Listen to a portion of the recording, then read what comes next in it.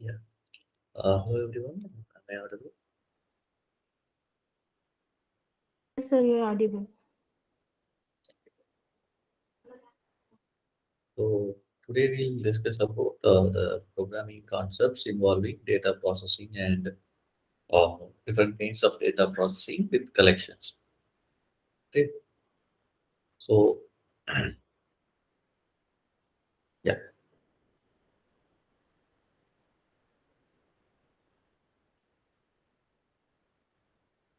So if you have any doubts in the concepts till week 4, you can start with that. We will cover that and then move on to the concepts.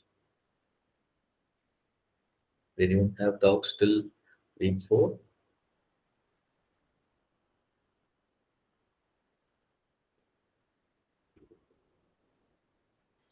Sir, can you summarize the difference between list, set, and tuples of one song? Okay, the different collections. Yeah. I'll-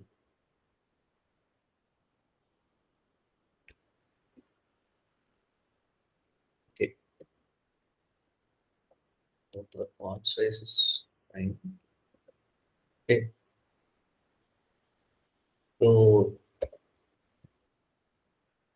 we have lists, tuple, and sets. These are like kind of a linear collection, right? It has values, a bunch of values in it. In a way, a list is ordered, which means you can index, slice, etc. Right? You can do this. Tuple is also ordered. So this holds for both of this. Then list is mutable, which means you can change the index, change the value at the index, modify the value in index or a slice. Both are possible. This is not mutable. Okay, you cannot modify that. Once it is created, it's created. And these operations such as supports concatenation and repetition. This also supports concatenation and repetitions. And certain methods, these both support certain methods like uh, index, kind of that, and the membership operators. Usually, all the collections will support membership operations.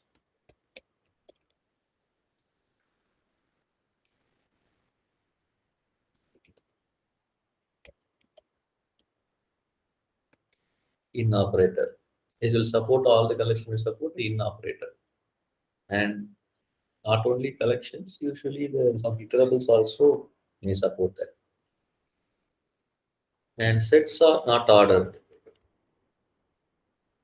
and has only unique elements. Not ordered has only unique elements.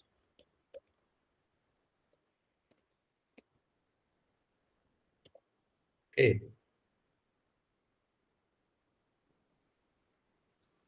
Okay, sir, thank you. And sir, can you give us The some hint? advantages of using sets is usage of membership operator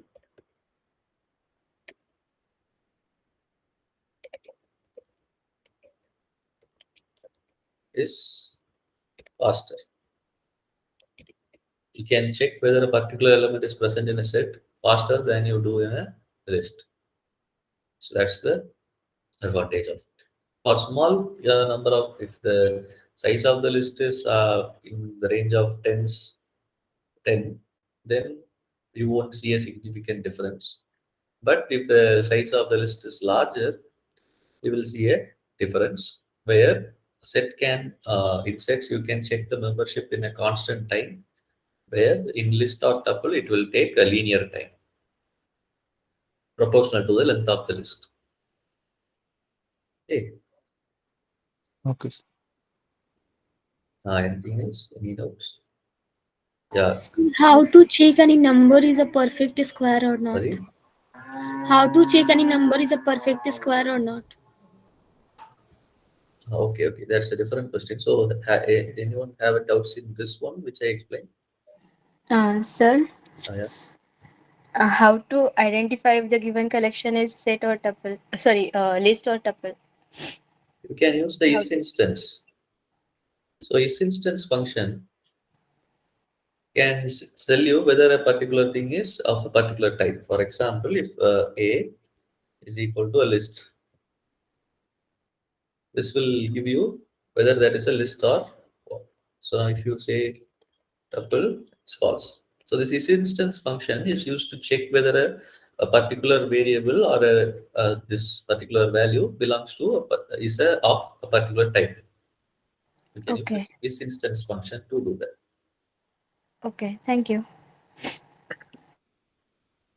Yeah. So now we go back to the perfect square problem. Okay. So to check if a number is a perfect square.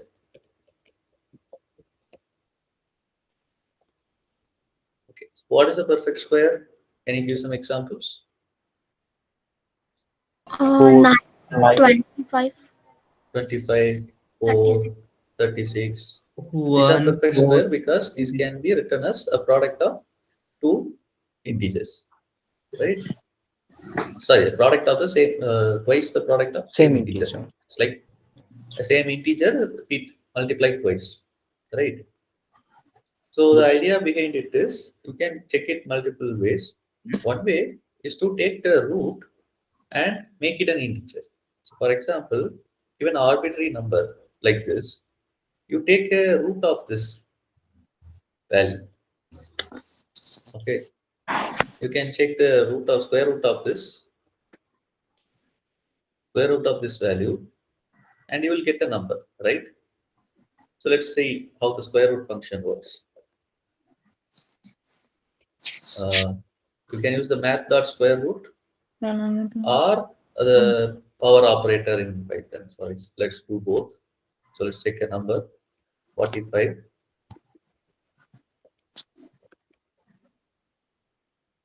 So it gives number, right? Let's say for 25, it gives this one. And we can also do this by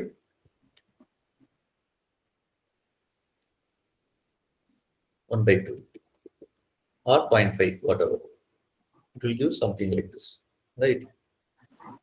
So 37 will give you something like this, whereas 36 will give you a thing very close to the number. So what happens if we convert this to an integer? We'll get integer value, right? Then let's try squaring it back. We'll get 36. What happens if it is not a perfect square? We still get 36 because you are actually making it integer, which means doing flooring and then turning it, squaring it back. So if it is a perfect square, when you, even though if you floor it, you will get the actual value, right? Uh, Fine. Sir, But one doubt, sir. One we are squaring the whole, like, yeah. Sir, could you please sorry, explain without import? yeah, this is not needed when you are just using this. So this is a number, right?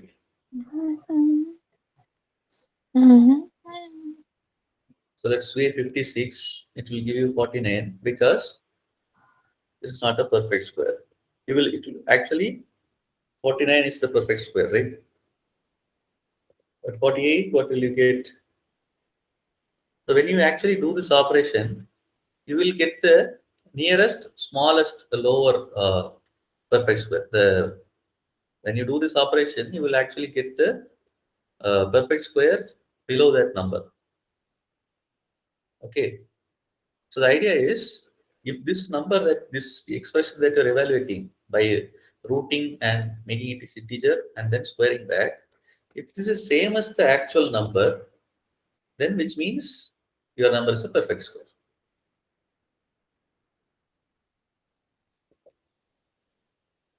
Okay? But this is not a perfect square.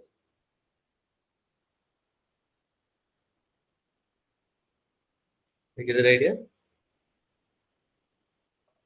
Yes, sir. Sir. Perfect. Yes. Great. Yes, sir. Understood, sir. Okay. So anything else? Okay. Sir, regarding this hatching things, can you please summarize what is? Yes, yes, please. Yeah, please, can you elaborate the hashing thing, basically? We get confusion from Oh, you the, want me to like, explain with hashing? yesterday's. Yes, sir. Yes, What sir. is? Yeah. In yesterday's Okay. class, So ma'am let's explained it, but I see was not what's able to hashing. understand. Okay. So hashing is actually something that is used by sets and dictionaries. So dictionaries are introduced in week 5, I think, but it is somewhat similar to this. Okay, let's understand what hashing is. So hashing is uh, a method by which you can arrive at an integer for any data types.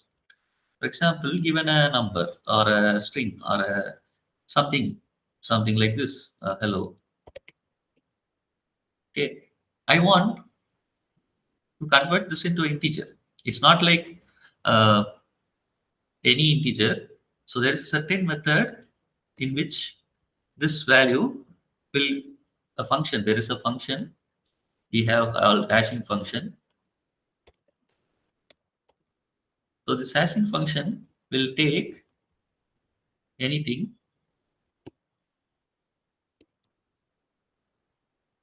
and gives us a number, an integer. Okay, maybe integer within a certain range.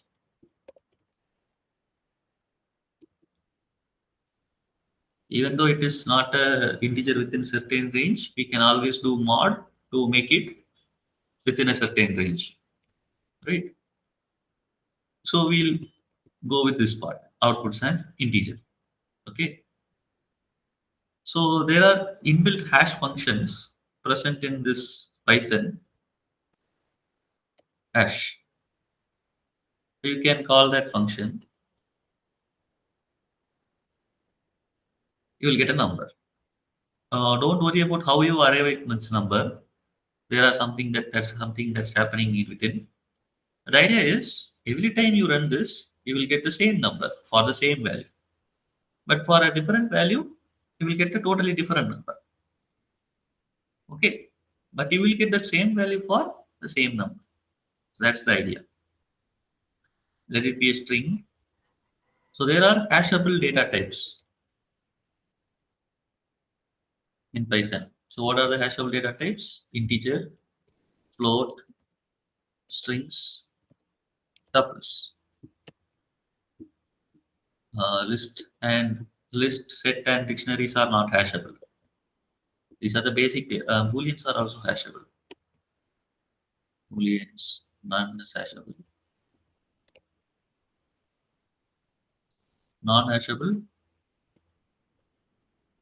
list, uh, dict, set, etc. Right, these are not hashable, which means you cannot arrive at a integer representation like this. Let's try with that. You will get an error called unhashable type list because they are not hashable. The dictionary, not hashable. A set, not hashable. But a tuple is hashable. Tuple is hashable. Strings are hashable. Floats are hashable. You'll get finally we'll get an integer out of it. That's the idea. So now what is the point of getting an integer out of a different data type? So that's why That's these hash values are used in a particular data structure called hash table. So what is a hash table? So hash table is something that stores. So hash table is like a list of certain size, which stores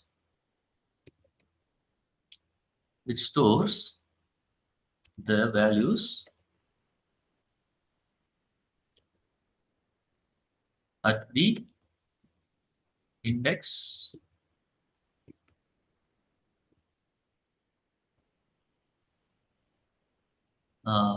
values at the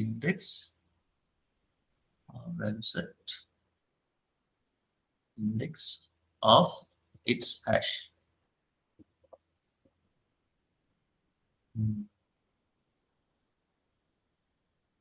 Values. It shows the values at the index of its hash.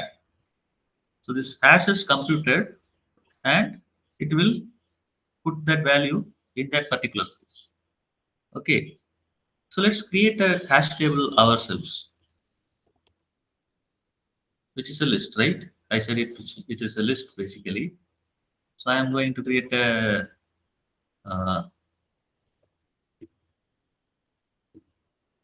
none list of size 100. Okay. So basically, it's all nuns. Okay. So this is our table. Now my idea is in this table, whenever I put a value, I'll put it only at the index of its hash, which means I don't put that value on any index. I only put it in that particular index of its hash. Okay. So if I want to insert uh, 5 in this hash table, which is the index that I should put 5. Value is 5. So I want to find the index, right? So I need a number where to put this. So for integer value, surprisingly, the hash value is basically the value itself. If you see, for integer values,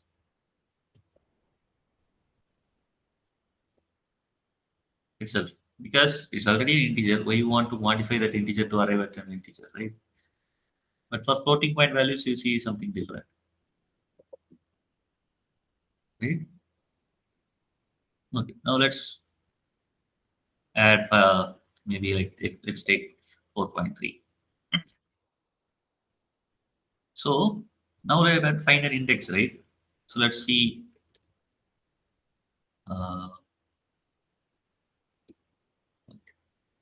let's see.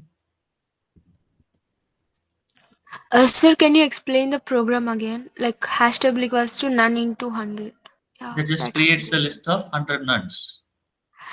But you said, Nasser, like hash is means converting input anything, that means output is int. But here none is Yep. a string, but No, output no, is no, not no, an no, no, integer. no. That is what hash is. A hash is different from a hash table. Okay, okay, okay, sir. Okay, hash table is a list of some certain size. I am using none to denote that places are empty now. Okay, so none Can means you write anything inside none, like in the place of none, sir? you can put like I am using none to denote that there is no values to denote the empty space. Okay, okay. I am using none to denote that the space is empty. There is no values in those particular index. Mm, So that I yes. am using none there. So now let's arrive at an index. So we can use the hash function, right? So now this is the index we want to put it in. But since this index is out of bounds for this 100 sized list, we'll mod it. We'll mod it with 100. So now we'll get an index which is within this range, right? 80. So now what I do, when I want to insert this value to the hash, I do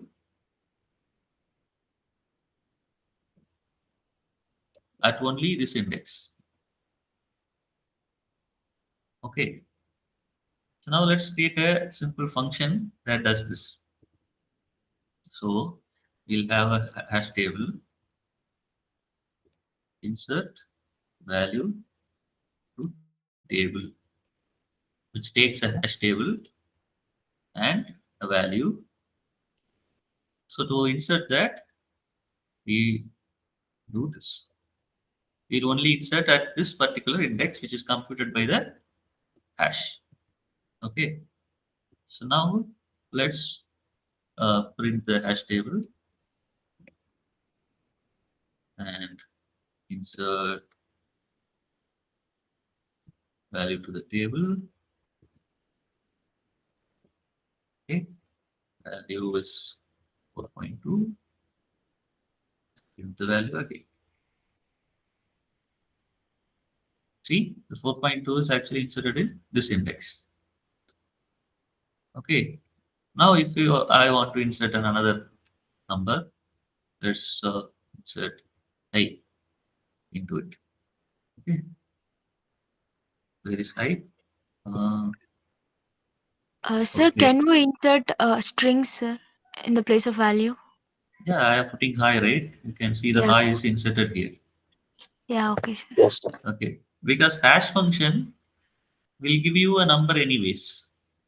Here, whatever value is, you will get a number, right? Which means you will get an index, right? Yes, sir. Okay. So now with Sir this, means it will randomly give any numbers or it same number is every not time. random. It's there is a particular mechanism to arrive at that particular number, which will be same anytime. If you pass the value multiple times to the hash function, you will get the same value only. Mhm. You won't get a different value when you use hash function on a certain value. Okay. Hash value will be always same for same inputs. It's not a random value. So, but there is a Sir, mechanism behind it to arrive at that particular number. So sir, he is having some hash value, and according that is getting converted with the mod of this 100. Yeah, So it is getting assigned to some different place, right? yeah. Okay, I got it. yeah, But sir, I have a doubt here actually. We define none into 100. Basically, yeah, none is our range, basically. So from 1 to 100 position, we want to just input 4.2 or high at their place, basically, right? In the range of 1 to 100, sir. So can we yeah, put this in 10 range also, sir? 1 to 10? yeah. You can do. That's depending upon the size of this. It's also fine. Okay, sir. So it can Okay. be converted with any kind of range, basically. So okay. Now let's add some more values to it. Uh,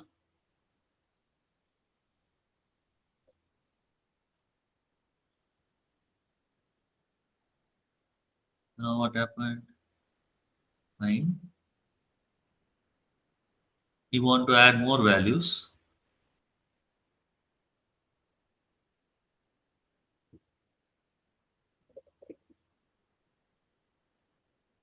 Sir, can you take one Boolean value, sir?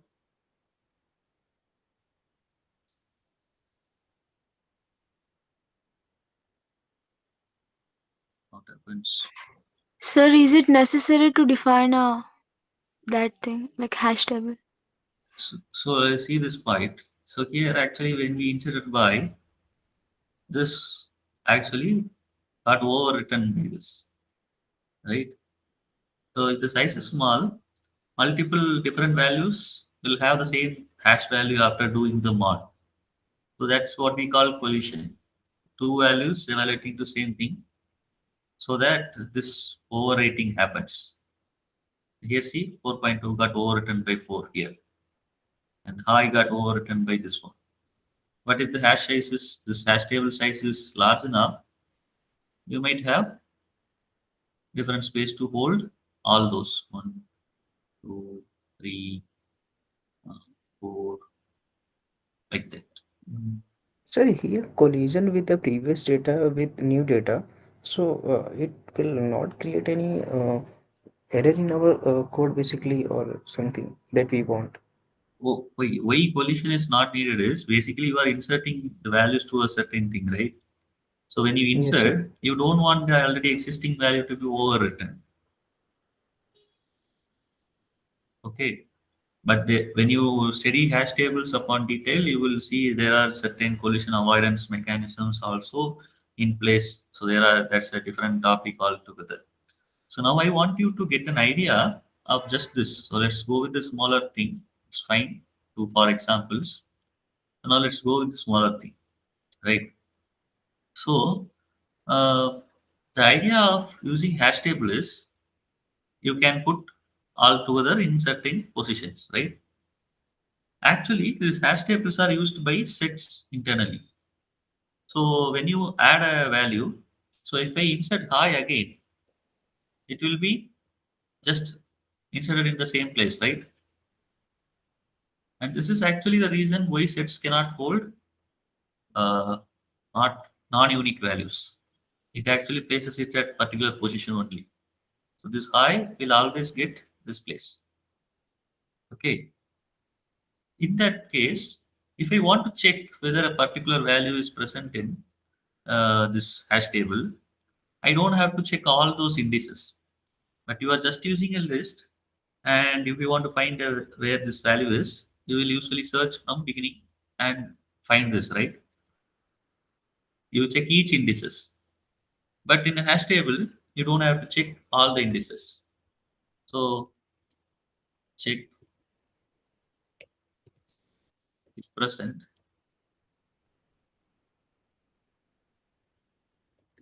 This would be you compute this index and just check whether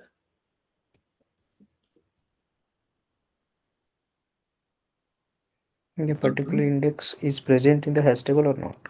yeah, in that particular index you have that value, right? So if this value is present in the table, it will be only present at this particular index, right? So that's the idea. So uh, check if So here present. spelling is the wrong basically in the return. Sorry. The second function we are defining Uh, in the return has t basically the spelling is misspelled. It may oh, be caused error. Yeah.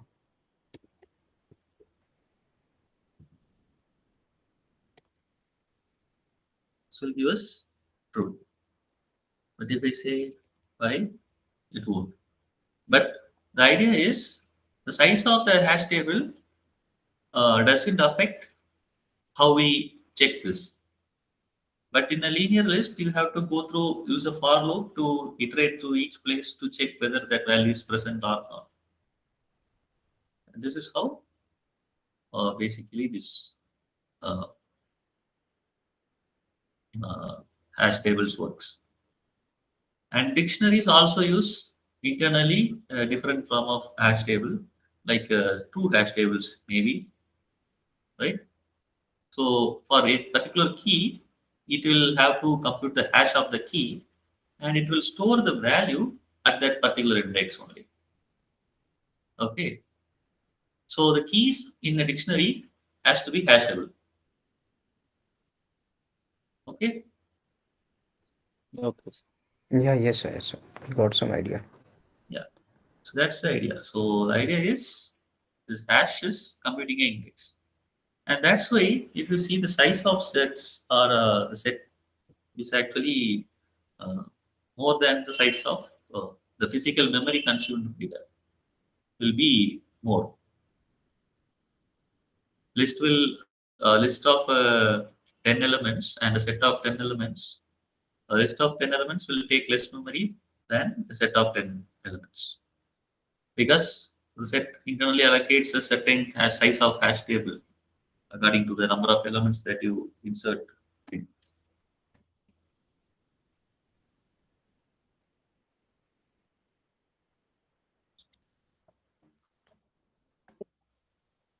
Okay. Yeah. So sets can be uh, quite interesting to deal with uniques. When you want to find the uniques and common elements, the set operations, difference,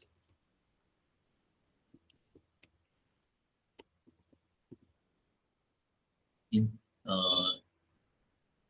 all total union, those kind of things. Finding a set of things there, sets will be useful.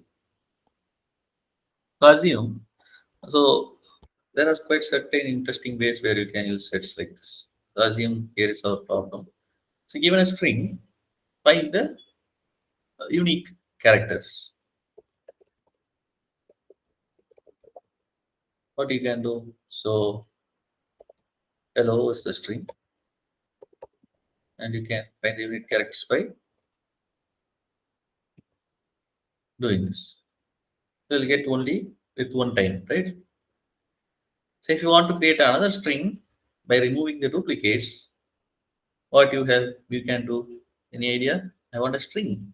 I just want to remove the duplicates and I want a string.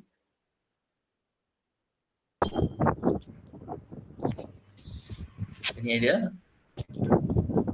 String of set is Okay. You do this. That actually makes this representation as a string rather than creating a string with these letters. Join. Yeah, join. So when you want to concatenate multiple strings, use join with the no delimiter, an empty string as a delimiter. Then you will get a string with those values. So now makes this problem even more harder. So the idea is Sir, why it takes from last like O L H E not from starting? set doesn't maintain any order. So we cannot have control over the order in which set does this. Okay. So now that's what I'm going to make.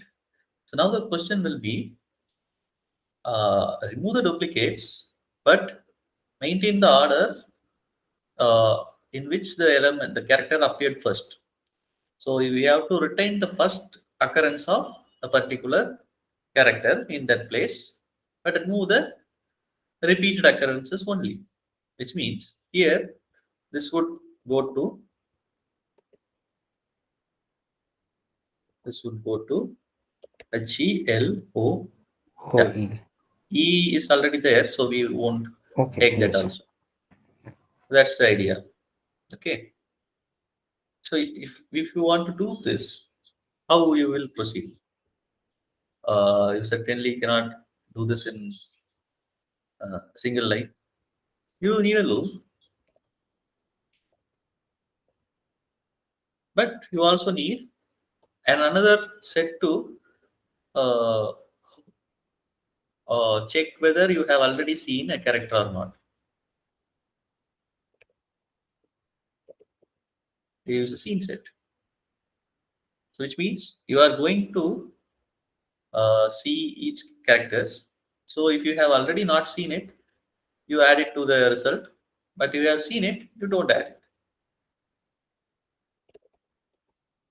So result will be an empty string. If char in scene, char not in scene, only if you haven't seen it, you add it to the result.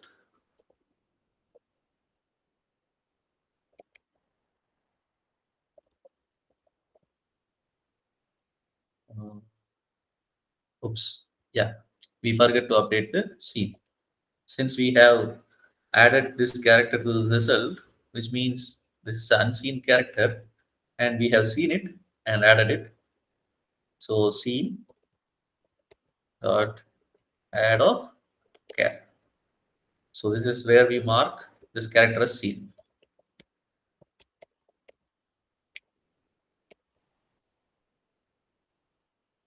Uh, oh, this is a dictionary, right? set. Yeah. Okay. So now we can maintain the order. So if the question was like, if you want to retain the last occurrence of a character, but not the duplicates, the solution would be like E O L H, right? That's the last occurrence of a character in that order. And how will you do this? Any idea? What is the change that you have to make? Sir, could you repeat the question? So initially we said that we only take the first occurrence of a character and not take the remaining occurrences. So now the question is reversed in a way that you take only the last occurrence of the character, but remove the previous occurrences, which means E occurs in the last E occurs here, right? Not here. So from the last E, O, L, this is the last occurrence of L, we take this. E has already been occurred, so we don't take this, and then H. Slicing. Slicing what? What do you have to slice? Do you want to reverse the string? Yeah, we can actually reverse the string. So that's the idea. Then we go slice -1. Yeah. So that way, what happens? One more thing is missing here.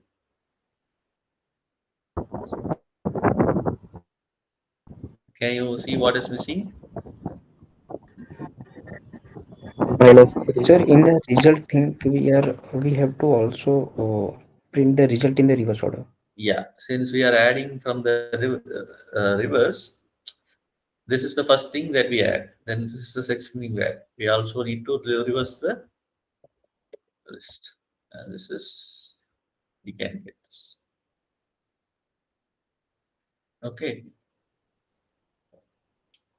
So set can be used in this way, this kind of ways also to track uh, duplicates in order. Okay. Okay.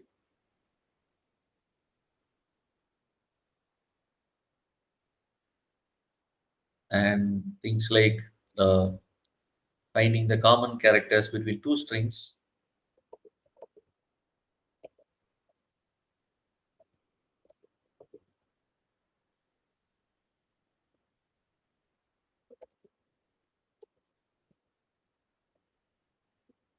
So what are the common characters? How will you find?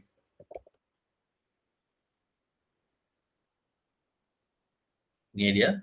Intersection of Yeah. So you have to convert that to sets. And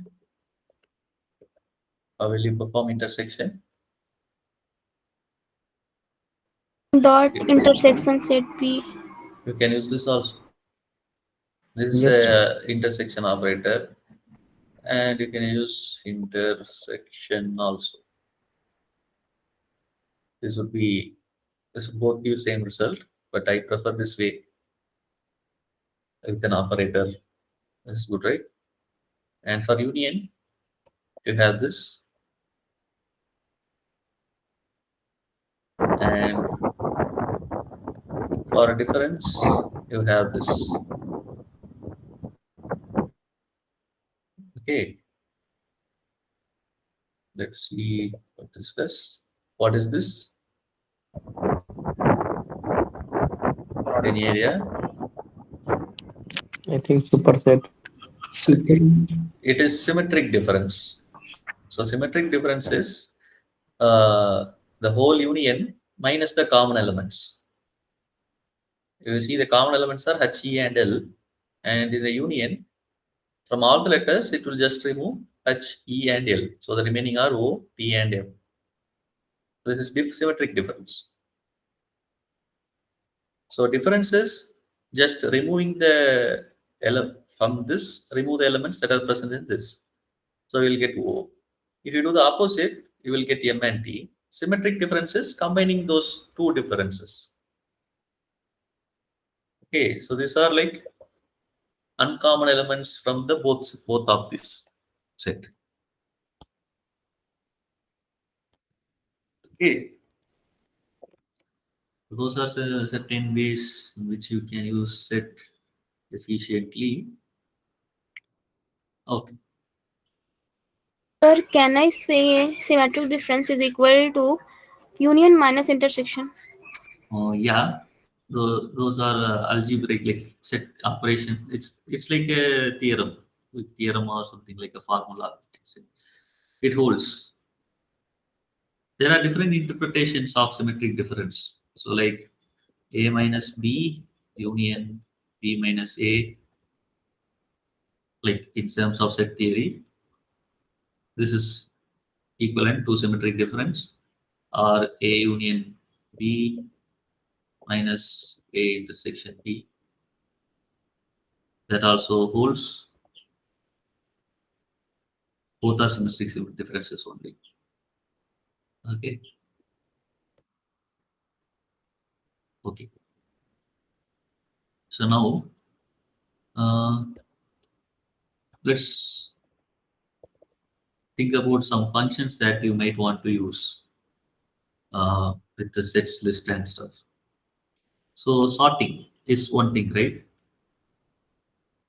So what is sorting? For order. Okay, ordering. For arrangement of characters. Sorry.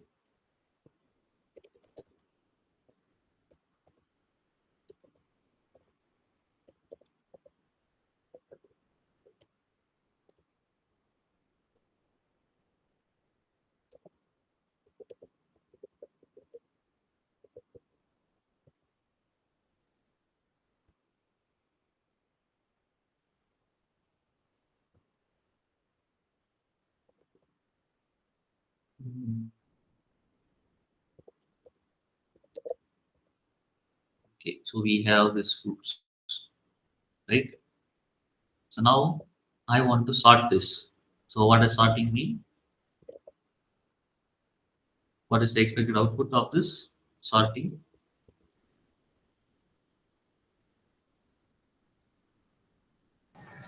Apple, banana, cherry, date, then kiwi, then pomegranate. Yeah, so these two are not in order. So how you are defining the order of the strings? By the order in which it occurs in the dictionary, right? That's Yes. how you are ordering a string. In numbers, it's quite simple. The lower value comes first and the upper value goes last in ascending order. Sorting can be both ascending and descending. So let's do ascending order of numbers. If you have numbers like this,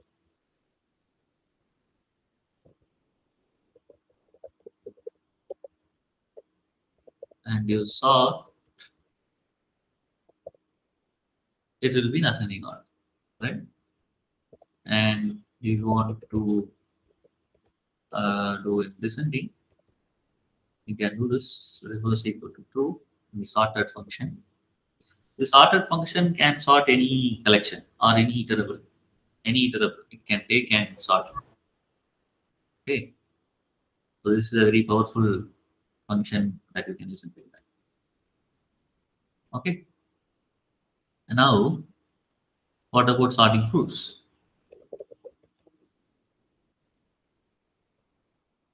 As you mentioned, these two have interchanged, right? So now it's in the sorted order. You want to sort it in reverse? Right. So now, what do you think will happen? Where will this date go if I am doing this? Date will come first, sir. Come first. Okay. Yes, sir. Any other? Yeah. So how many of you say it comes first? Me. Mm, Let's see. It went last. Why? Any idea? Smaller Order is an alphabet. Sorry. The first letter is small. Like, why the first letter is small? Why is it going to last? Any reason behind it? Because it is following the Unicode. sequence, like all are capital and others only one is The small letter, sir. so the Unicode of this small This. letter is ASCII values. ASCII value. Yeah. ASCII value, sir. This is what it's following. Is using the ASCII values corresponding to each character. So small letters come later in ASCII after 97, whereas cap letters come earlier in 65. That's what it compares. So a string need not be only alphabets, right? The string can have anything, right? So that way it compares every characters by the ASCII values. So if the first character matches, it will check the second character to break the tie, and it goes on like that. So that tie breaking thing happens internally, so you don't have to worry about all of it. So, for example, yeah. So in the sorting part, actually they are not comparing that their actual place in the dictionary. Like A has first alphabet A has first place and B has second place. It's actually compared the ASCII values of all the Yeah. characters. Yeah, Okay. it compares the ASCII value of the characters. Okay. Sir, suppose it's the length of the data like is large compared to average strings, then it will come last also again. So you ask, this will come at last? No. Just in the first letter small, and the length, yeah. That doesn't matter. So only if there is a tie in the first letter check, it will compare the second letter. Okay. Since there is no tie in the first letter, it will by default come to last. So if you have another the let's say we have another DBTE, not sure what is that, but DBTT will go last because after these two are same, it compares the second letter in which this comes second, and it goes there. And if the apple, if the for example, if the apple is all this thing upper character, then that will take the prominence, is it? Yeah. So an uppercase apple will come first. See? Because first character has tie and second character, this is the smallest one. And with regard to the number sorting, so if we have the combination of all the real, whole, and all the combination, so what will be the prominence given there? In case of the usual number comparison, how you compare numbers, it's pretty straightforward, right? Comparing numbers.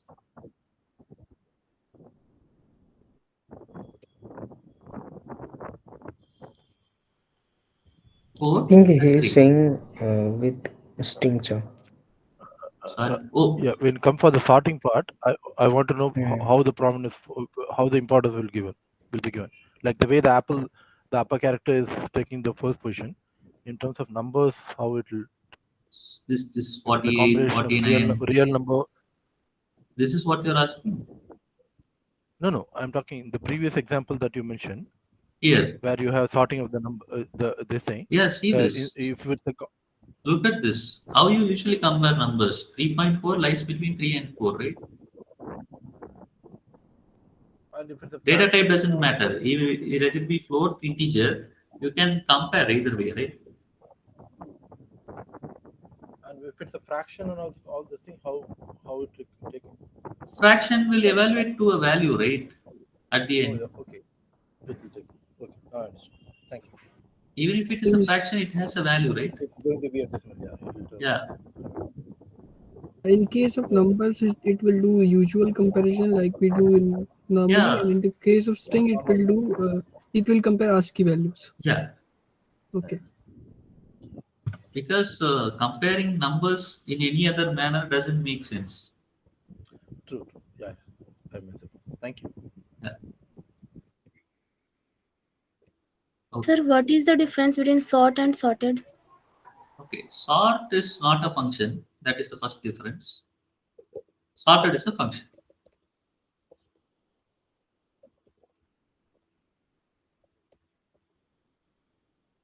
But sort is a method of list data type. So only list can use sort. This is the first thing. And sorted returns a new list,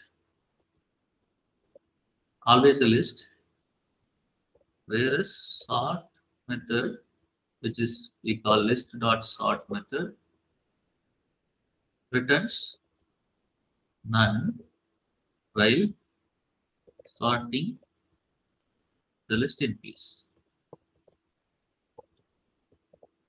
Which means, so I have a num and I use nums. The num doesn't change. Num stays as it is. Okay. So nums is still the same num, but sorted of nums is a different list which we printed here. In case of sort,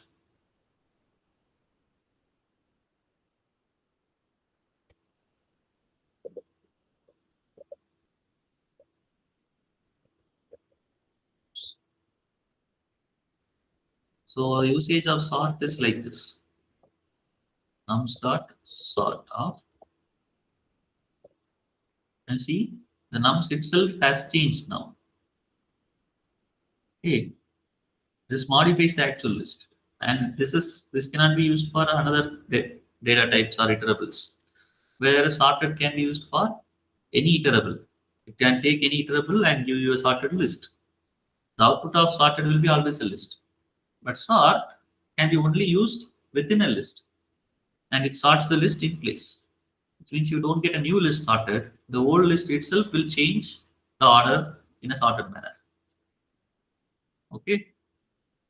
Okay, sir. And this also has this reverse sense that will do this thing. Yeah. Get the idea? Yes, sir, clear. Okay. One more nice thing about sorting is sorting of tuples. How do you think tuples will be sorted?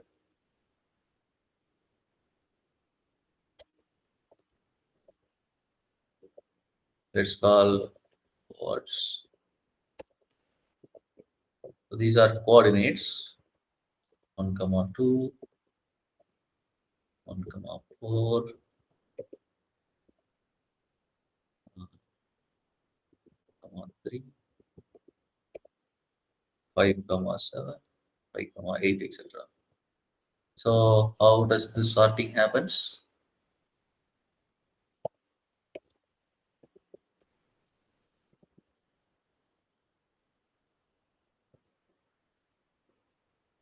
Is it understandable how the sorting happened?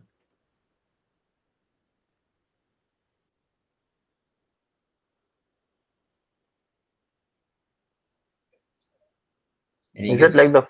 the first digit is getting compared to all the first digit and the second digit is compared to second digits of all the tuples? Is it correct? Yeah, like how the string comparison happened. It compares Mhm. the first digit. In case of ties, go for the next.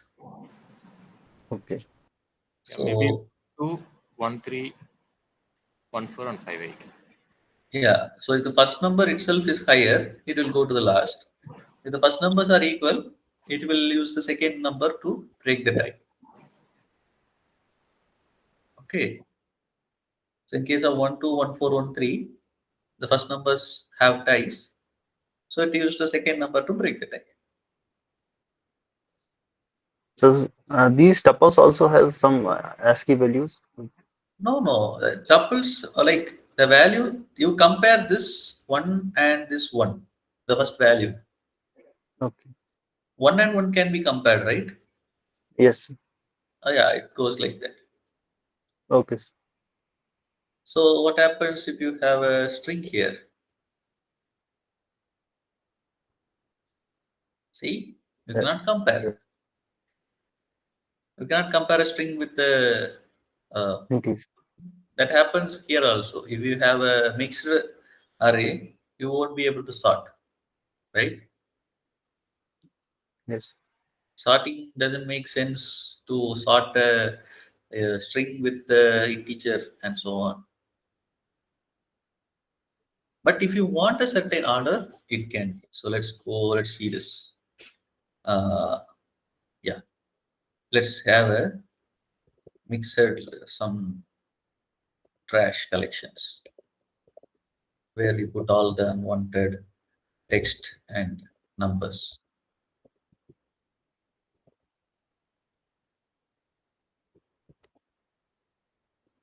And now can we sort this?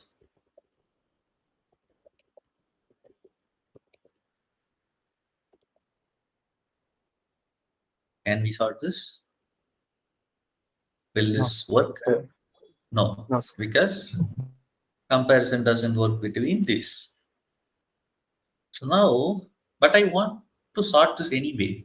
I am telling that I want to sort these things based on I like the string value of this itself. Like when I compare, I want to compare it like this. The numbers be this, but I want to compare it like this. This can be sorted, right?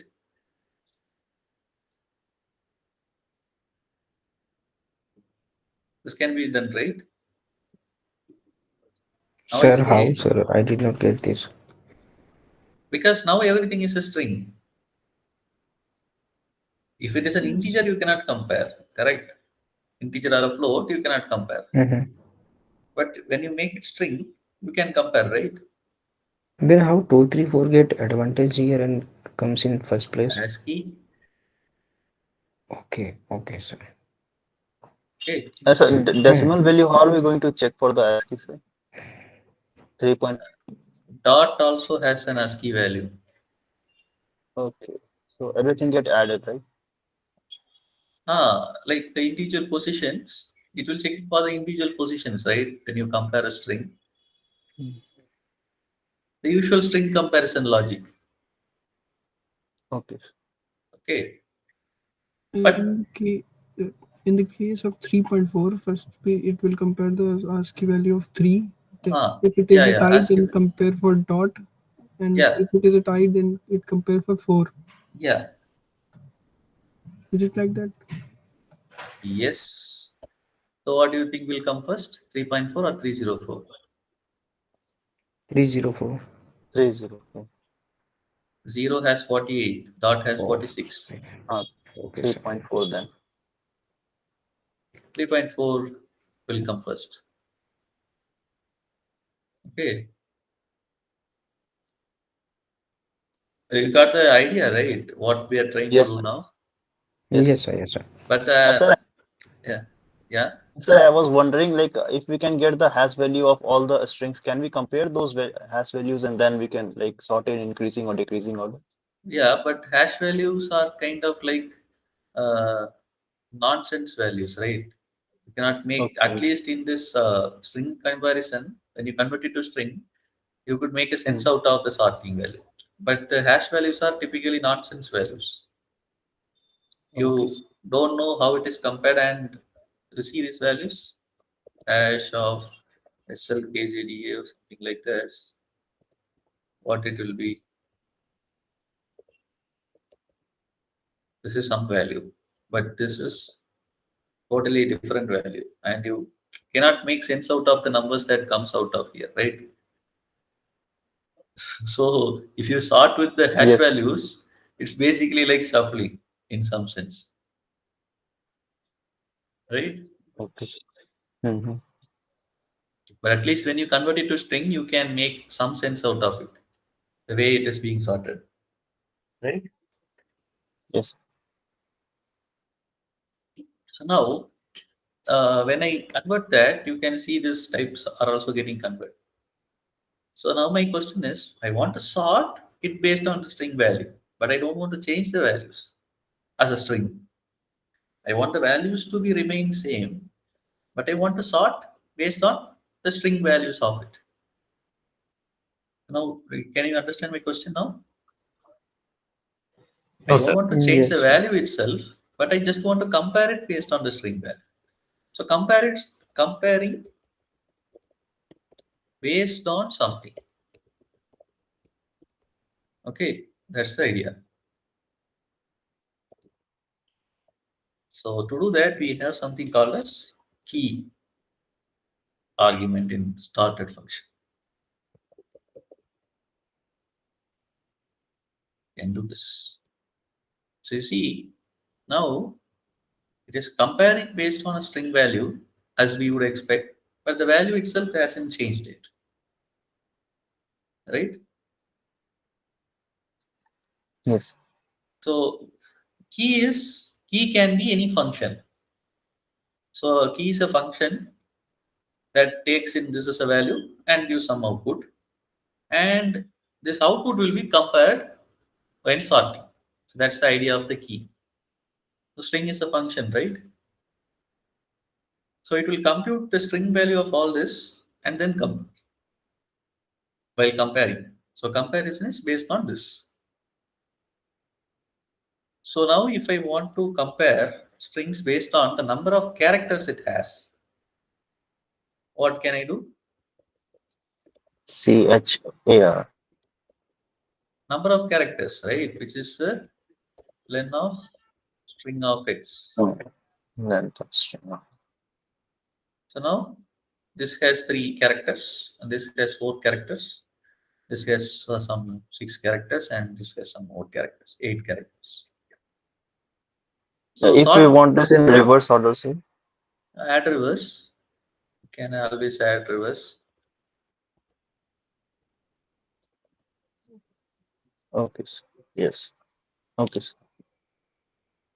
And another cool way of doing reverse is Sir, if could you explain what is lambda key? okay, key can be any function. Okay, key is a function. Uh, so in case string, right? String is a function, right? What it will do? What string function will do? It will So change it integer will into a convert string. the Yeah, input, yeah, anything input in into a the string. string. So we are now comparing based on the string values. So when you don't use a key, you cannot compare a integer and a string, correct? But when you do this, this will be converted to integers, and you can convert to strings, and you can compare this. So okay, let's take this apples, bananas, and these things. So maybe you may have not known what a lambda is. So to give an idea of what a lambda is a function. Okay, let's call a function. Uh, so whatever I give, I convert it into a string and find the length.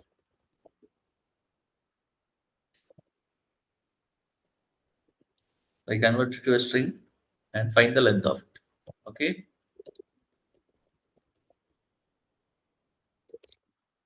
So what it will be? What will be the output? 6. Yeah.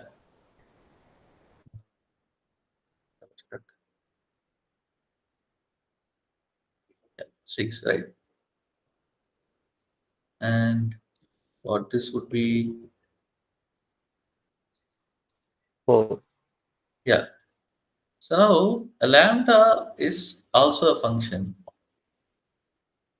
which doesn't need a name. And this is the input which I give here. And after this column, this is the output which that function gives to. And that is a function.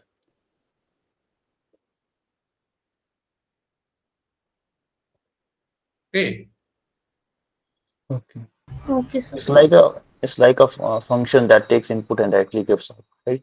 Ah, it's a like expression kind of functions we Mm. used to.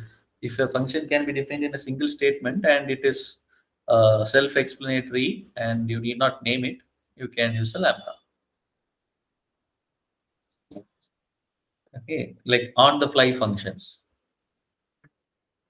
To create functions on the fly, you can use lambdas. Okay, lambdas also Yes. can take many multiple arguments. Lambda x comma y x plus y can pass two arguments. Whatever before this column are the arguments. Whatever after this column is the return statement. Okay. And Like 5 comma 6 is parameter. yeah, this is calling that function. I am calling that function. Okay. Like, like you will call that function you need. So if I just write this, see it's a function. Alright? And you can call that function.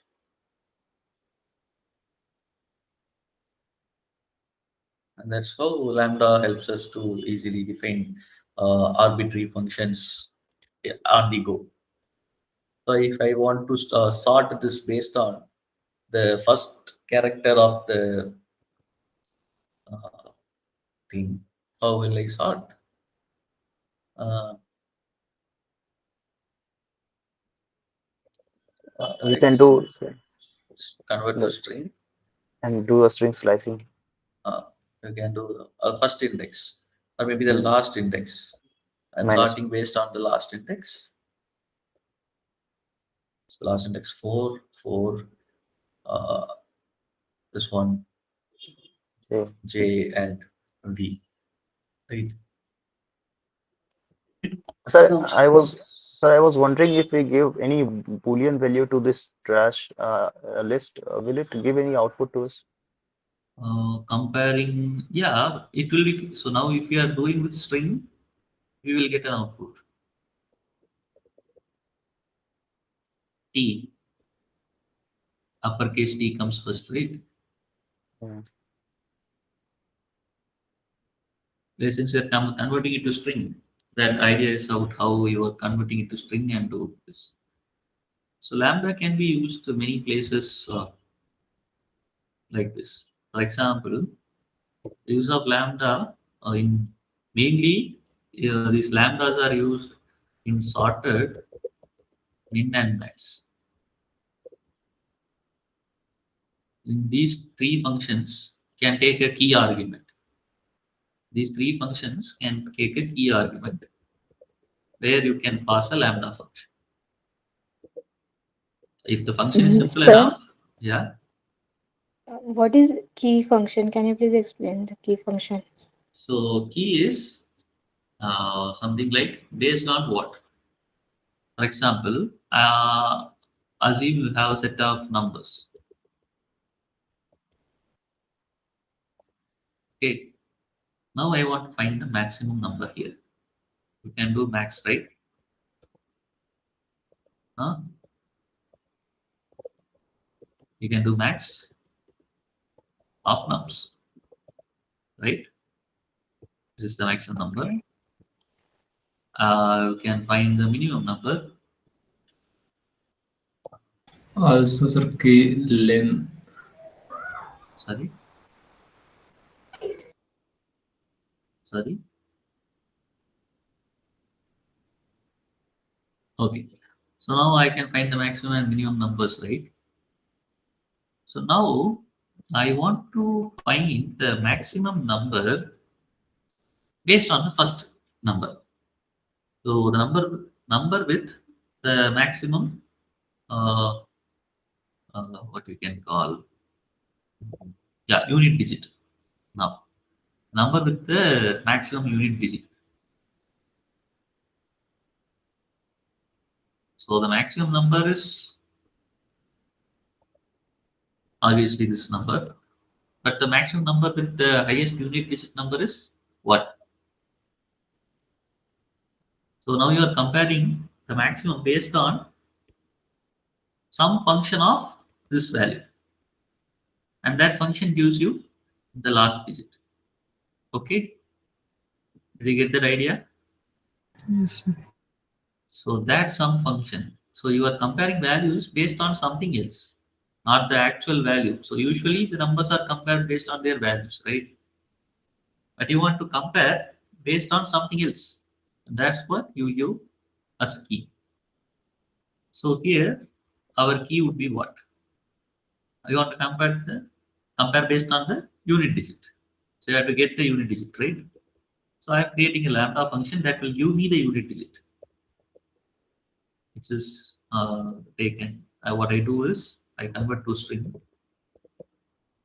and then I take the last character, which is the unit digit, and convert it back.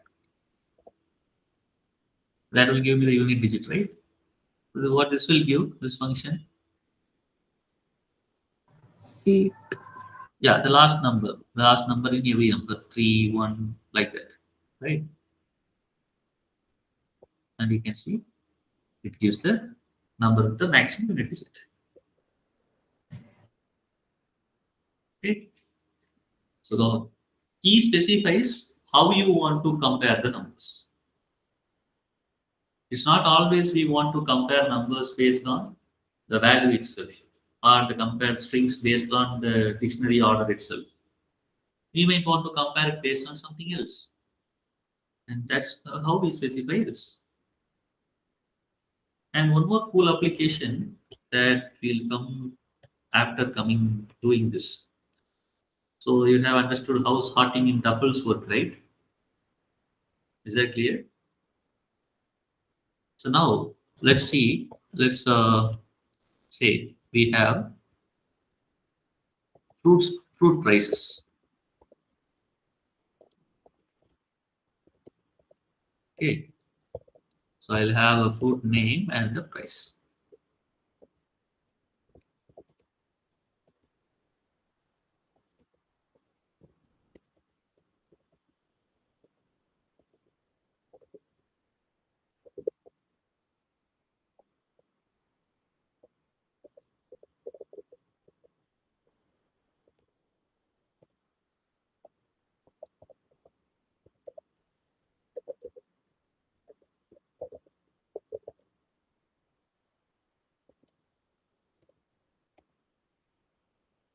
Now I want to sort this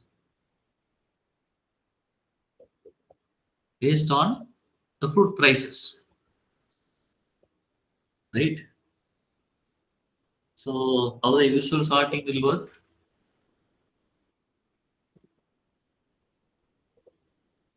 The tuple comparison, right? Which will make apple, banana, cherry, date in the order of these values.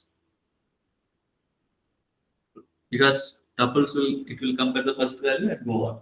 But now I want to make the comparison based on the prices, which means I want to displace the cheapest fruit in the first and the costliest fruit in the last, in that order. Okay. So now the ordering is going to be based on what? How will you do this? Price first, then the name of the fruit. Sorry, We will first write the price and then we'll write the name of the fruit. I don't want to change this. So we can create a lambda function and Hmm. compares with the second parameter. You can Yeah, that's the idea.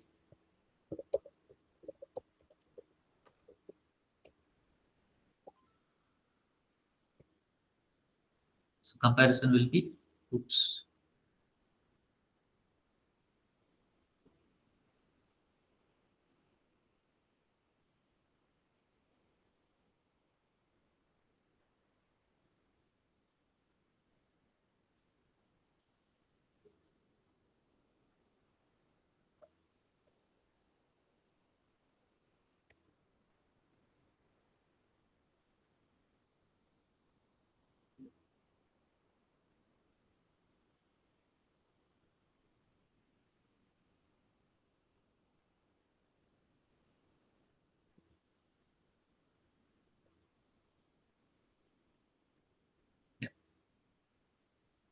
Okay, yeah, we do the lambda, the one. So what?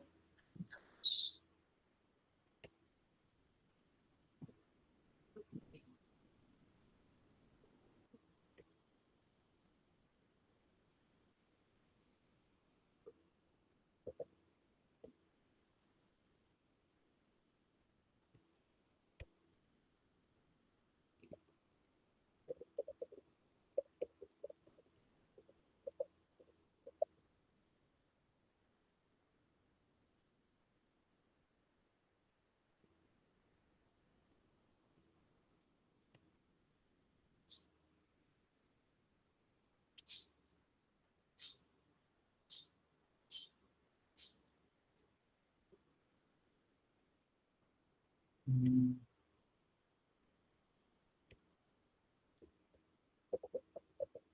yeah. Okay. So now the sorting will happen based on the value here. So X is the whole tuple, each element in the groups list. So you take that and get the first part, which is this. Okay. Sir, could you do without using lambda? If you want to do this without using lambda, you have to create a function of yourself.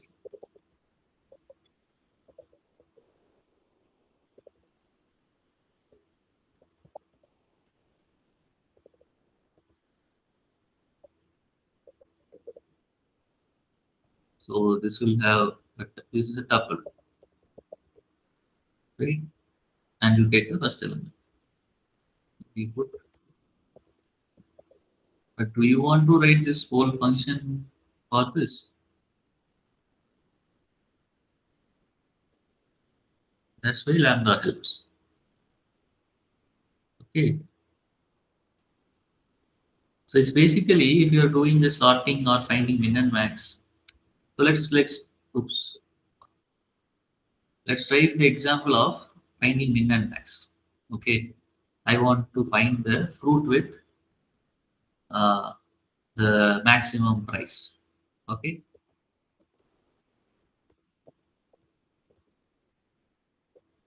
How will you find?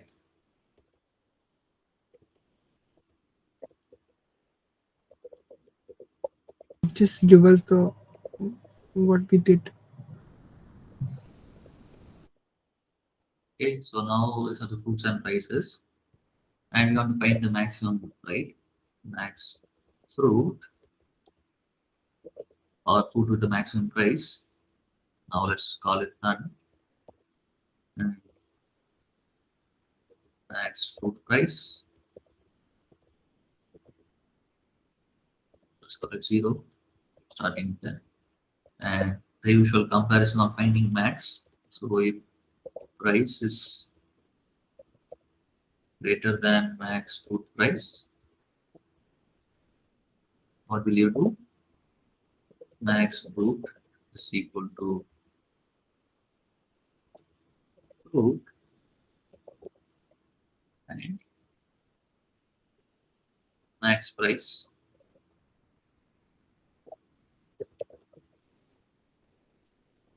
Yes, right.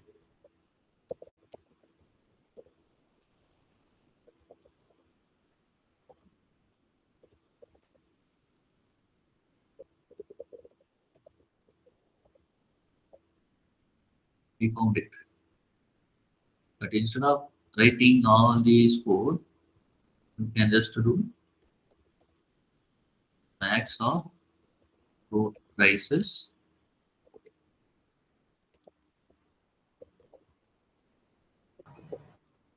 You can do this. See, I can find it. I can even find the min easily based on the fruit price. So now you get by using lambda functions is easier. Yes, sir. Okay. So anyone has any doubts now? So you can use key argument with sorted, max, and min. All these three functions, because these three functions involve comparison of things, right? And what you want to compare is what you give as key. Like what you want to compare based on. Principally, key can be, but the idea is if min and max, how it behaves is if you have a type, for example, if there are two fruits with the same price, it will give you the first fruit in order. Okay, that's how this functions work. So usually this function that you have implemented will give you the first fruit with the maximum price, right? Uh, will give the first fruit with the maximum price. So what if there is another fruit with the same price?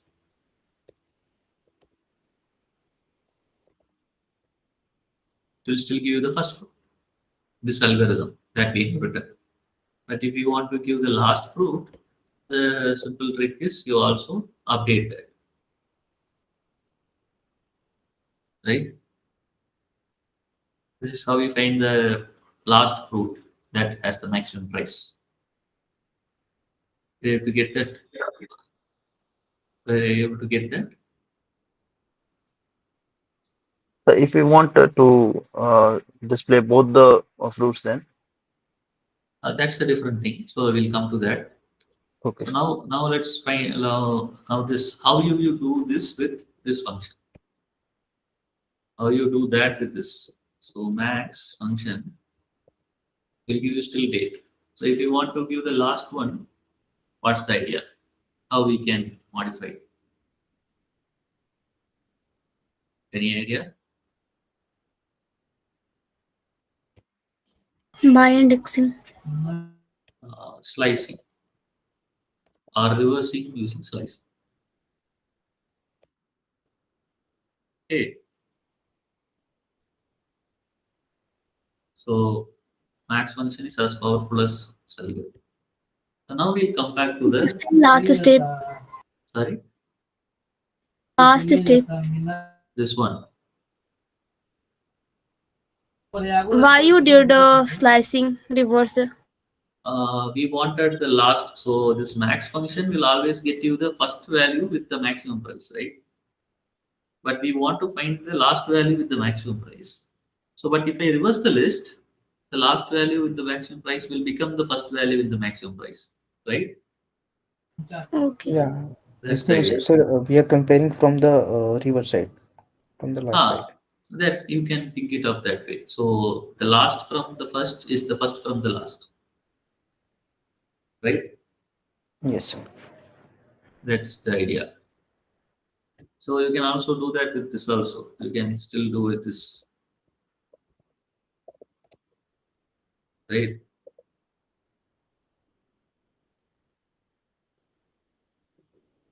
Does it make sense now? Yes, sir. Yeah.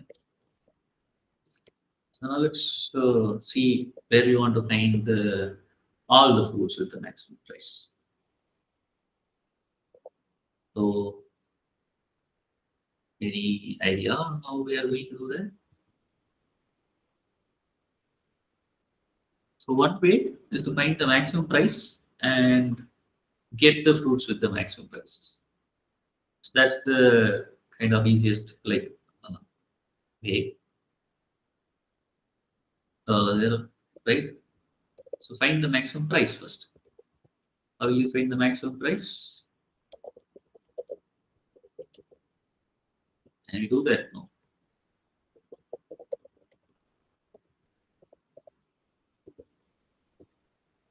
What this will give us? The maximum 64 price. 64. So what map is? What map is? map. Applies this function to each value in this. So that will give us the last value, and we'll find the maximum of that.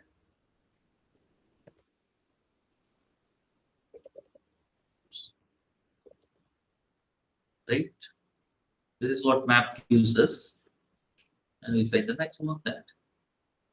Now,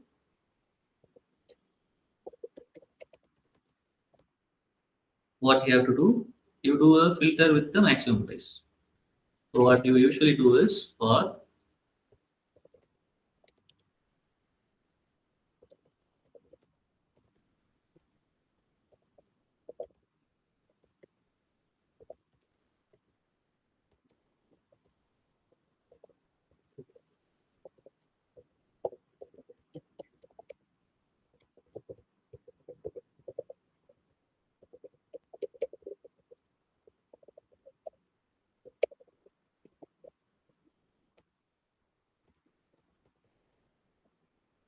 this is how you do, right? But again, this whole thing is basically filtering. You filter the fruits based on the price, right? Yes, sir. That can be also done like this.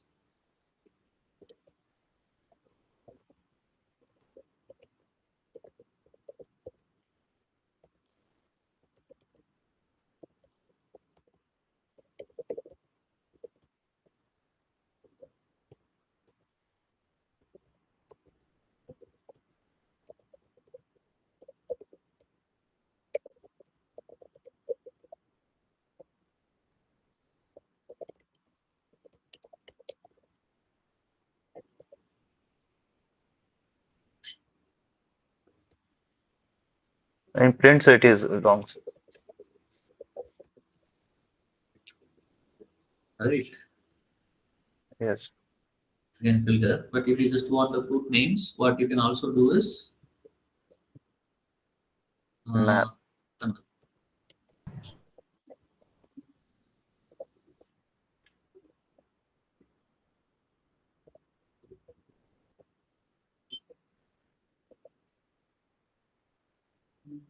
But one more thing is writing map and filters can be confusing for many people.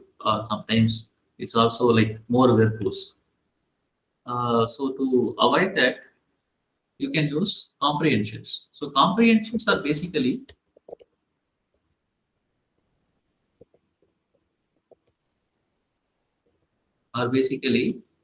maps and filters combined.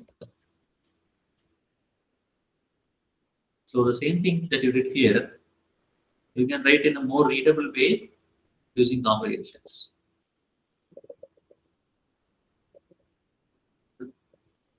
A list, fruit for fruit, comma, price in food prices.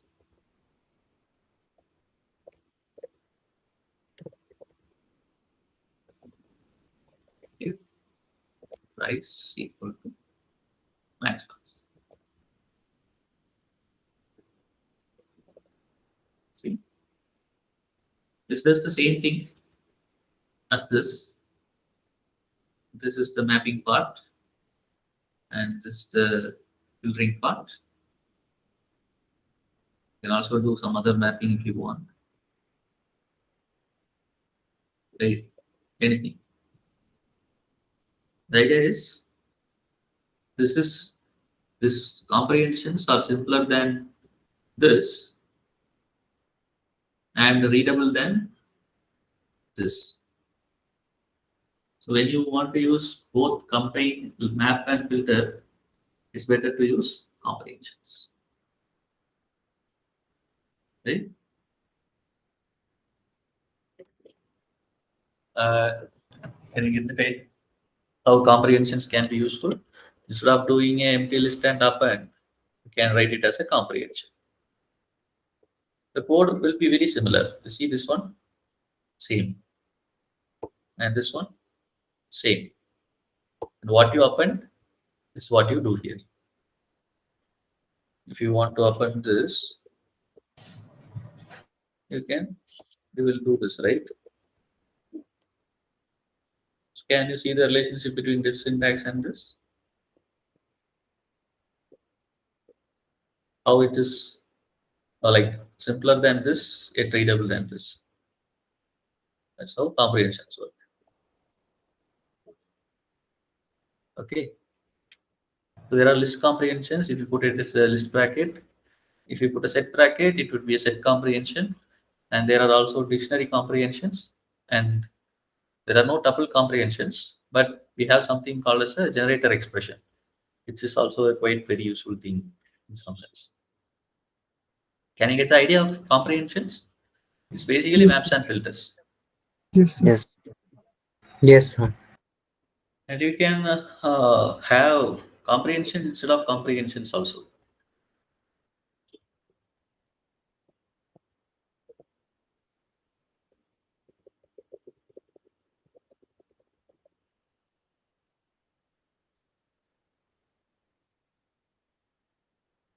Right? And you can have nested comprehensions also. So this is something.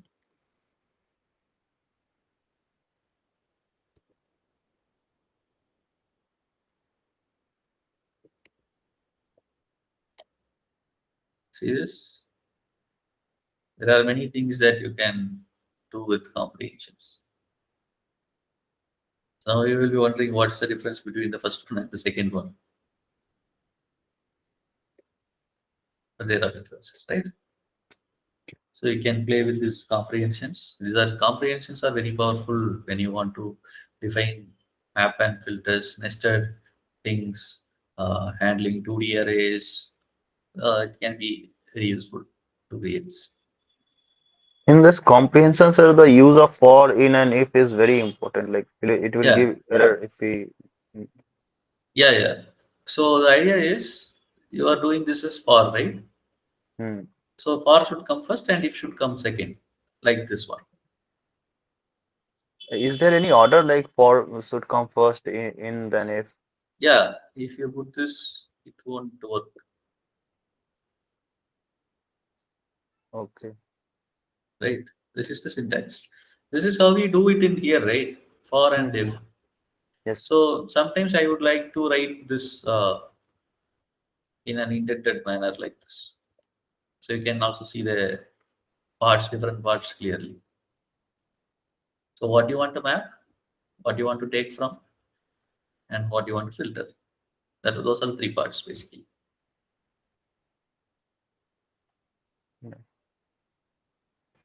So Okay. can we write for the while loop also in No, the no, comprehension no, method? no, no, no. Not that's not how comprehension works. You need something like this. I said map and filter. Hmm. While is not a map or filter thing. It's like a condition check thing. Indefinite, right? Oh yes, sir. Yes, sir. Okay. So in case of iteration, we can use for and we can use as a comprehension. Yeah. Okay, sir.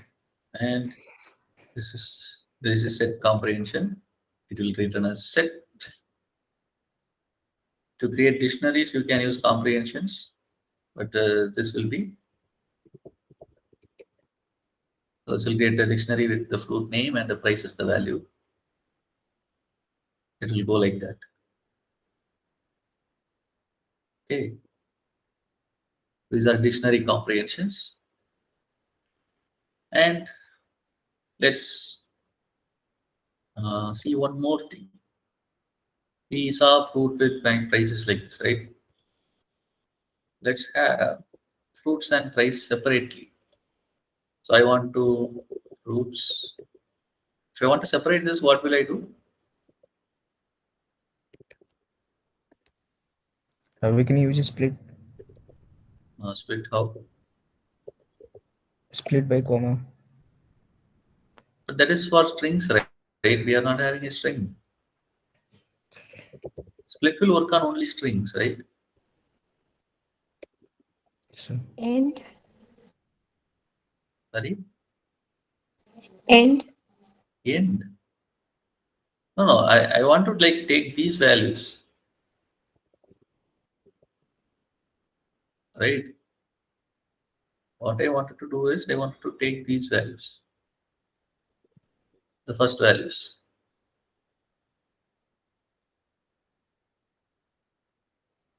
So these are my elements in the list, right? We can use map and filter, I think. Yeah, you can Map use to map. lambda. Yeah, you can use map to get the first thing. That's what I am doing with this comprehension, which is kind of more readable in a way. If you prefer maps, you can do.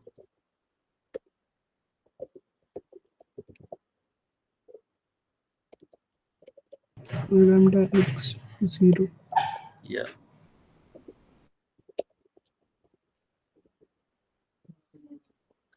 Which is same thing. Yes. Okay.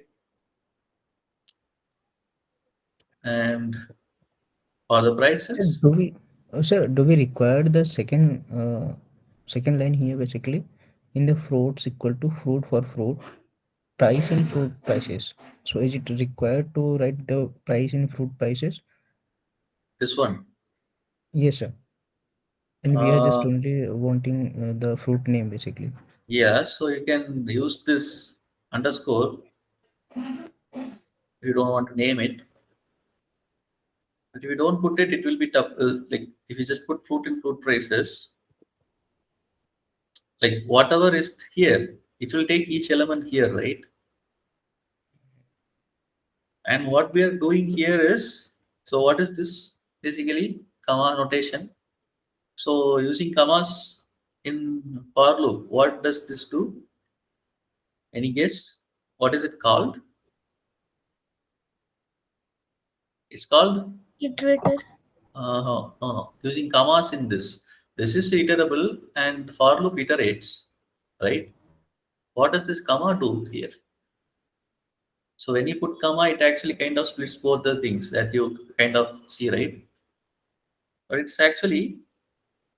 it's called tuple unpacking. That's something similar to this. If you do see this, what will happen? Fruit will be the whole thing, right? But if you do this, what will happen? Yeah, it will be. And if you don't put this, it will have the same effect. Why? Because this is a tuple. Yes. So is everyone convinced this is a tuple? Sir, could you explain what is unpacking and where we can use it? With example. So this is a tuple. And this is the example of how we can use tuple unpacking. So this is, so it's not the brackets that define the tuple, it's the comma that defines the tuple. Okay, this is a tuple. We've been using, oops, that doesn't work this way. Here you have to pass this, type of this. In expressions, you can do this. A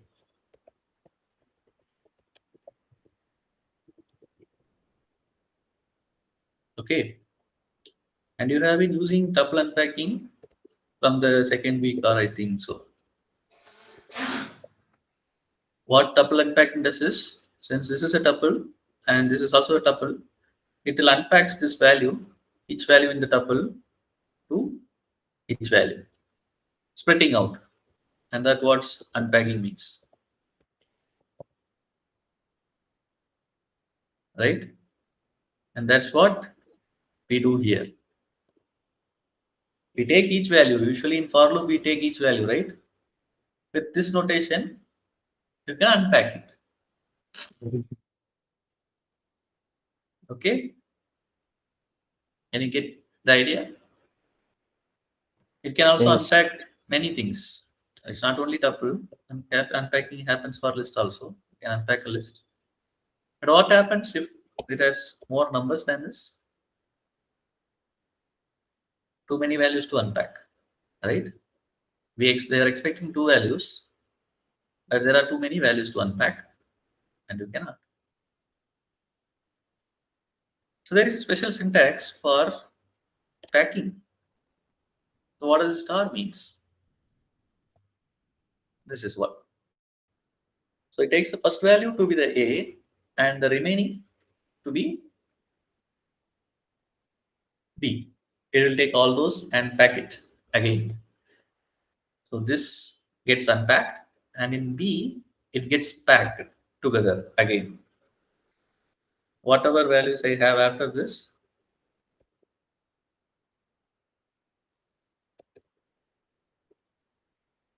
will be packed to B here. You can, but you can even have something like this. Stay not only the second one can be packed, the first one can be packed, keeping B to the last. So this will be the last, and all these three will be packed here. Even the middle one can be packed.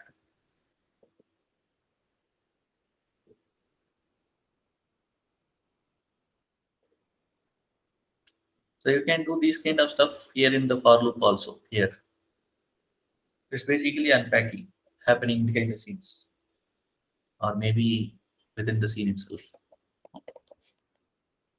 Okay. Yes. Sir, is packing applicable on integer string and set? Collections in list tuples set it is not, because set is not ordered, right? In list and tuples, you can only unpack list and tuples. Okay, Okay, sir. because you need order, right? If you want to put the corresponding values to the corresponding values, you need order.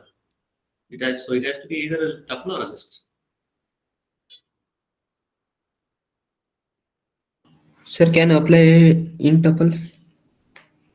In tuple, what's that? Uh, for example, for tuple. So this is a tuple. So this is same as doing this.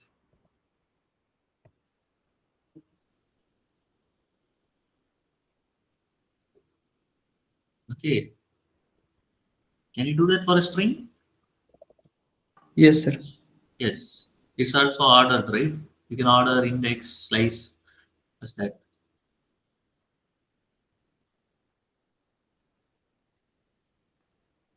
So one cool way of using this is uh, first remaining.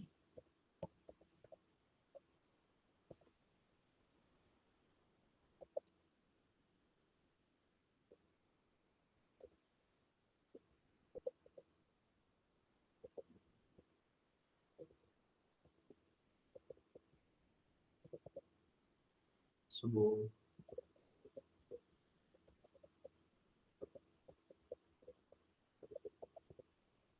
right,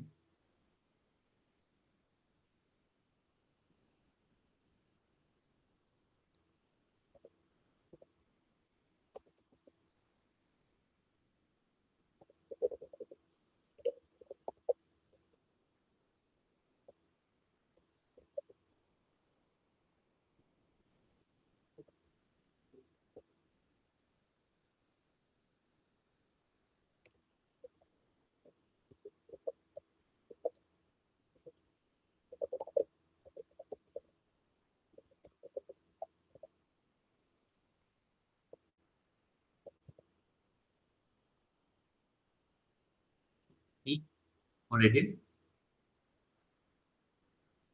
can understand this, right? How this worked.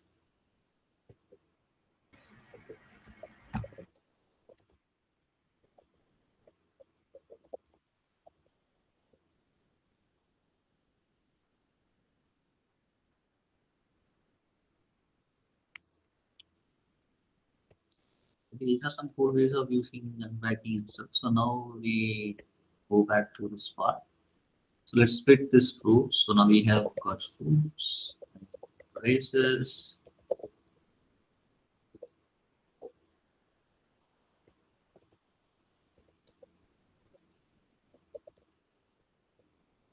Now we have our foods and prices separately. This is right.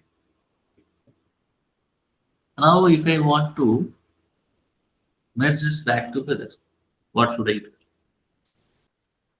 Any idea? I some foods and prices. I want to go back to this.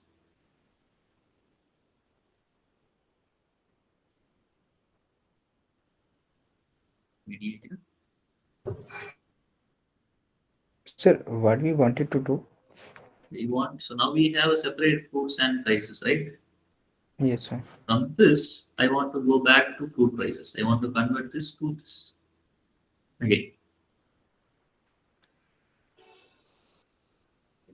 Now we have two separate lists. So, like, we want to reverse the operation, Yeah. basically, what we did. Yeah. Redo. No idea, sir. Yeah. So there is something called as zip.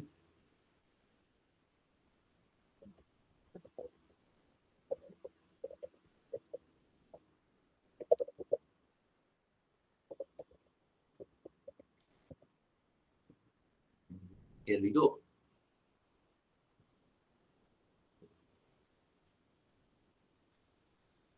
This is what zip does. So imagine this is the so you know zip how zips works, right? So there will be a right part and a left part, and it merges one by one. How a usual zip will work, you know, right? There will be two sides of these teeth, and it will like join the alternate teeth together to close it Yes, sir. like that. Take the first one, take the first one, join. Take the second one, join it. Third, join, and it zips, right? Sir, what if we have odd numbers of element? Different numbers of elements. Is that Yeah, what you're odd So asking? numbers. suppose So odd, in no, a no. So idea is if it both has same number of elements, it actually combines the corresponding index, right? Mhm. That's Yes, what sir. it does. So can you get the idea, right? The size of the list doesn't matter. If two things has the same size, it combines the corresponding lists. You can So also zip will only work if we uh, have same size of the elements. no, if you have different sizes, like I'm just removing the last two. Uh, oops.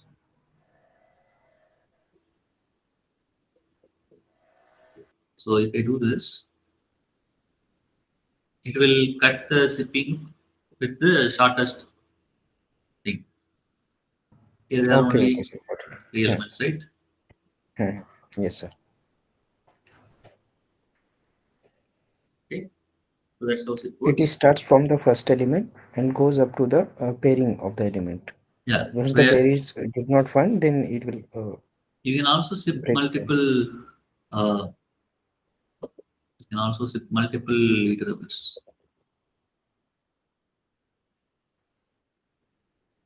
You can zip any arbitrary number of iterables to create this, and it will end at the shortest.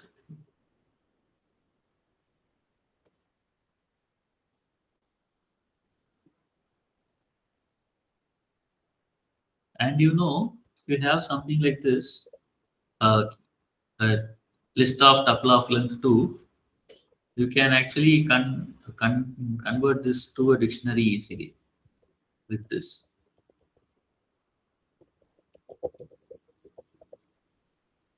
It will take the first one as the key and the second one as the value.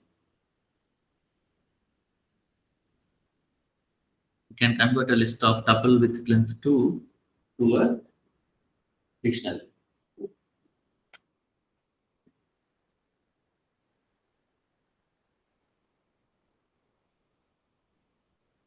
So there are many programming Pythonic concepts that might help you two things and one easier way.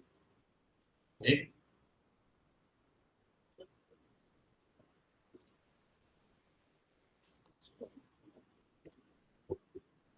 Clear?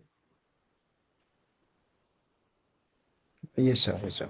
So, like the title was something data processing. So, what is it, sir?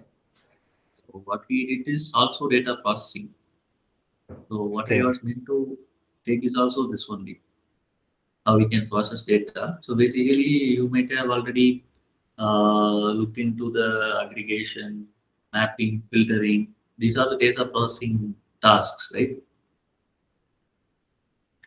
Sir, Yeah. what is aggregation? So aggregation is like getting a single value out of a collection. So you, for example, finding the sum or finding the max is also aggregation. So see, aggregation will follow a pattern like this. You have a single value like this, something like this, and you kind of, so not this, the finding the maximum fruit. So you have a collection and you want to find the maximum fruit.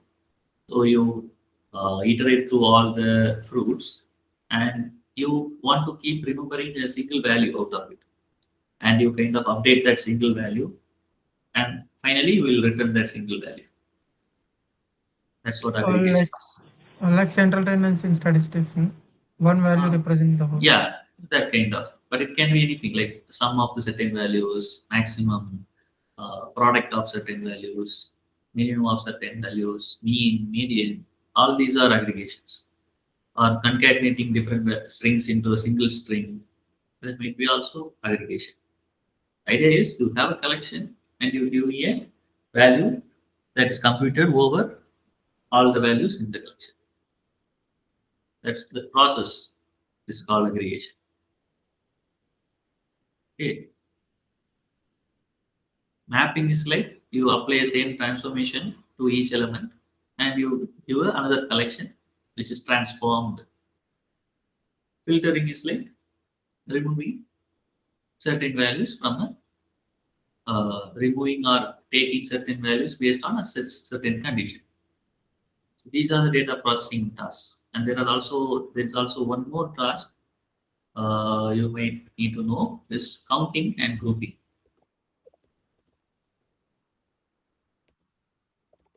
Grouping. So this will be like counting is like frequencies, counting the frequencies. You have numbers within, let's create random.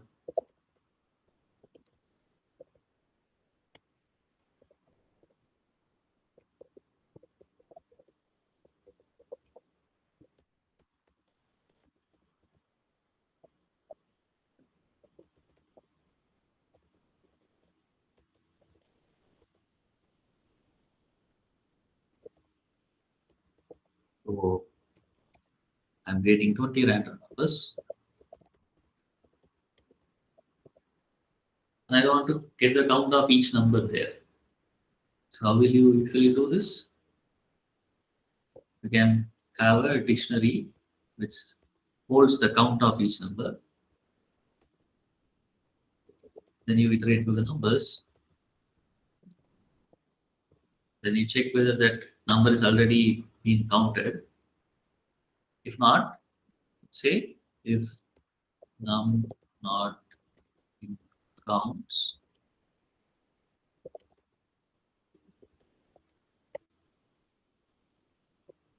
counts of that num is zero. You can start with zero, right?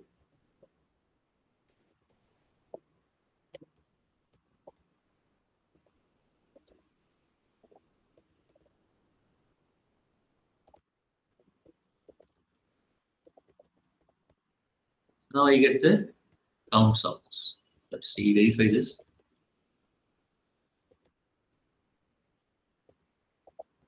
Okay. Oops. Now we have 7 three times. 1, 2, 3, and there is no 7. 5 one time, only one 5, no other 5s. 3 three times, 1, 2, and 3. Right? 10 two times, 1 and 2. So we got the count dictionary. So this dictionary It's basically counting every values or getting the frequencies. This is one type of data processing operation. And Python also have an input thing for this, but you have to import something.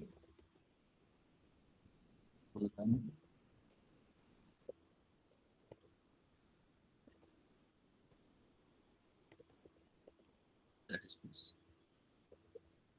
Yeah. In collections, there is a collections module in Python which has, this is a built-in module. It has something called as a counter. So you can basically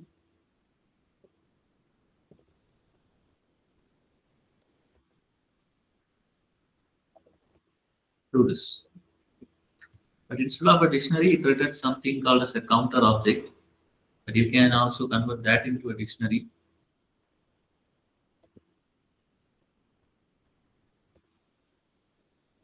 and get this. So whenever I keep running, then random numbers change, right? So to avoid that change, I can use the random seed with a certain value.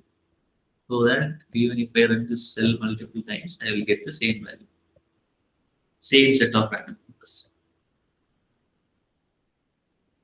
So you can get this idea, right? How a counter works within site. Sir, what does 3 means? You can give any value. Basically, I am basically fixing how the random numbers are generated. So for each seed, if the seed is 5, whenever I run this, I'll get the same set of random numbers. If I change the seed, I'll get a different set of random numbers. The seed is something related to generating random numbers. Okay.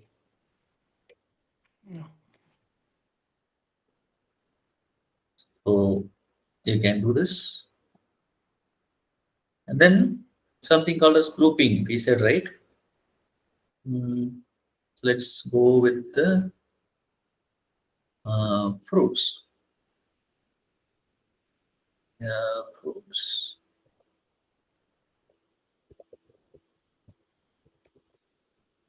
There is fruits, right? I want to group this fruits based on the number of characters in it. Okay, that's what.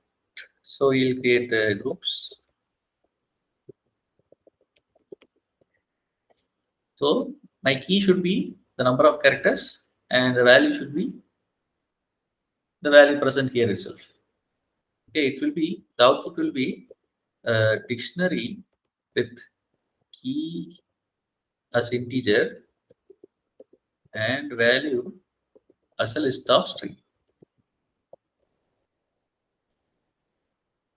List of string is these strings. Okay. So how grouping goes something very similar to counting.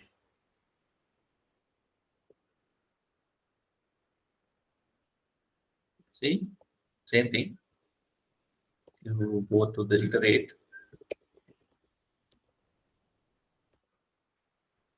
Then if fruit or, but now you are actually counting the length of the character, right?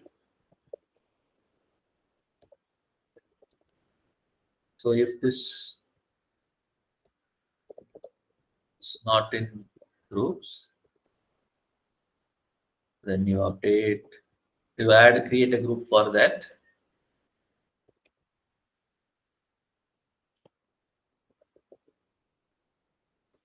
Which is a list. And you append the current fruit to this.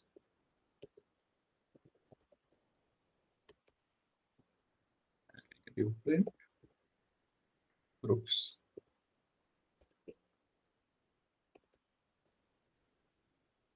See, these are the fruits with 5 characters, fruits with 6, and fruits with 4 characters. Can you get the idea of how grouping works? Yes. Yeah, yes, Sir, yes. sir, I And have a bit confusion in when we have to um, assign the operation to a variable and when we don't need. this For one, example, if you do append, You don't need to assign it to the groups, no? Sometimes Yeah, we have because to append assign itself them. will put this value there. Append itself, append is a method, right? It actually takes in that and puts it here. This will not return any value. So you only assign if the function returns something. Okay. So for example, if a list L is there and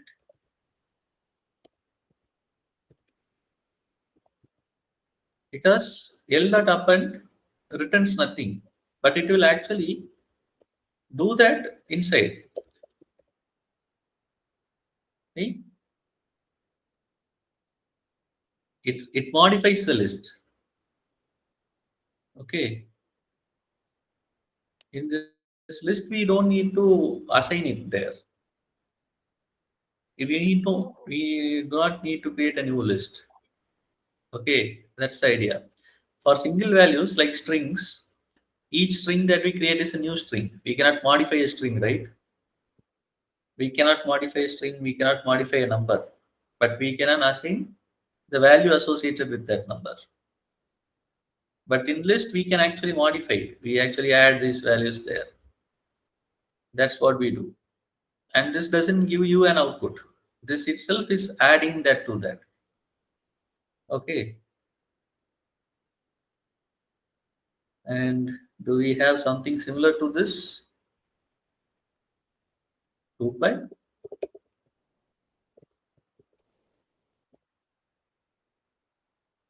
We do. So what we can do with that?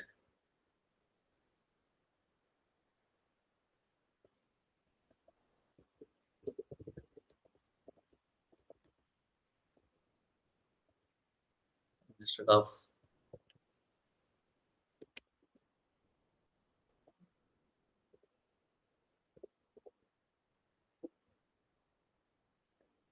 will this work?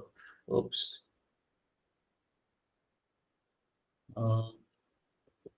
It's not collections. It's praise from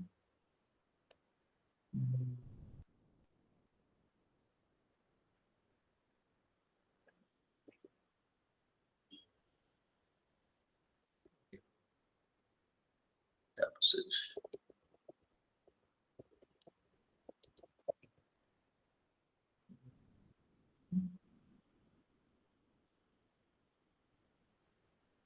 Iter tools.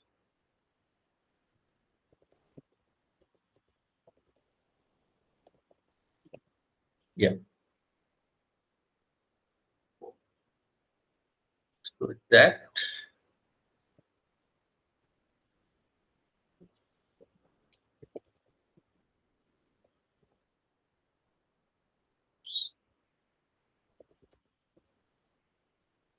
it creates a group by object. Then it creates something like this, which is like that. Okay, let's see what this group by does. So you can use this to get an idea of what are the things that it need. It takes in an iterable and gives us a key. What is key? We know that, right? Based on what? Group based on what? So here what we are grouping based on the length of the fruit, right? So here the key would be length of fruit. Just length. And if you do this, you can see the groups are fine, but the values inside it are still iterators in some sense. And so basically this group by you can do something like this. Take this group by and use a dictionary comprehension for group, comma, value in this group system values. Convert that and you will get this. Happened.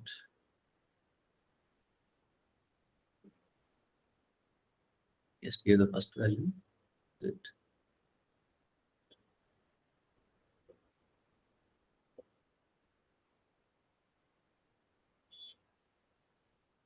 Okay.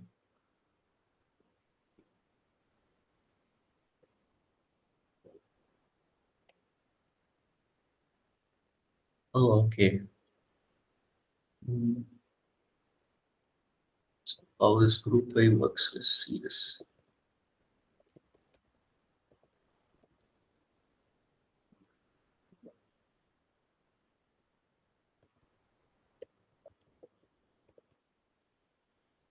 So each of this value are getting right. Okay.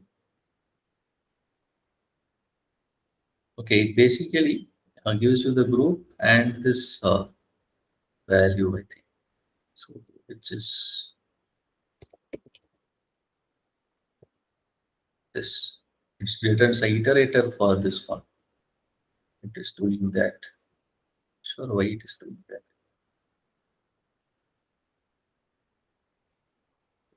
Okay. So this gives us the group ID and the value. Okay, with that we can just add it to the group based on this. I think this way is better than that, using that. Here you just get the group ID easily and the value.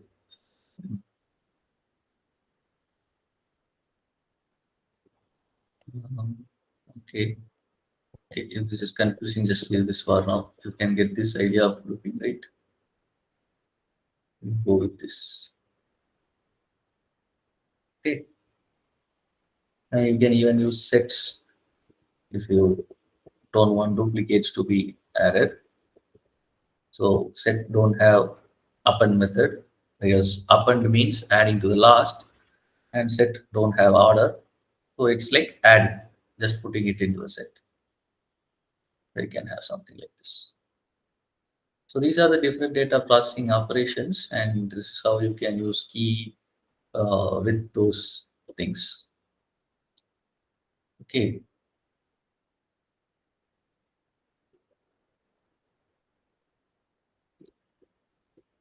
Okay. So any doubts? Sir, Uh-huh. can you share the mind map that you have Mind for map. PPE model? I'll make a discourse post out of it. Yeah. Today I'll post. The sections and Yeah. Today I'll post a discourse post on that. You can check. Yeah. Anything else?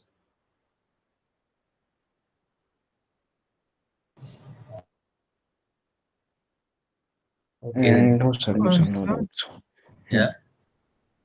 where can we practice for the PPE? So today I'll be also releasing previous OVP questions on the portal. You will get an announcement when that is released. There you can practice. The mock questions, no? Yeah, the mock questions will be released today. Sure. Okay. Okay. Thank you, everyone. Thank you, Thank you, sir. sir. Thank you, sir. Thank you so much. Thank you, sir. Thank you, sir. Thank you, sir.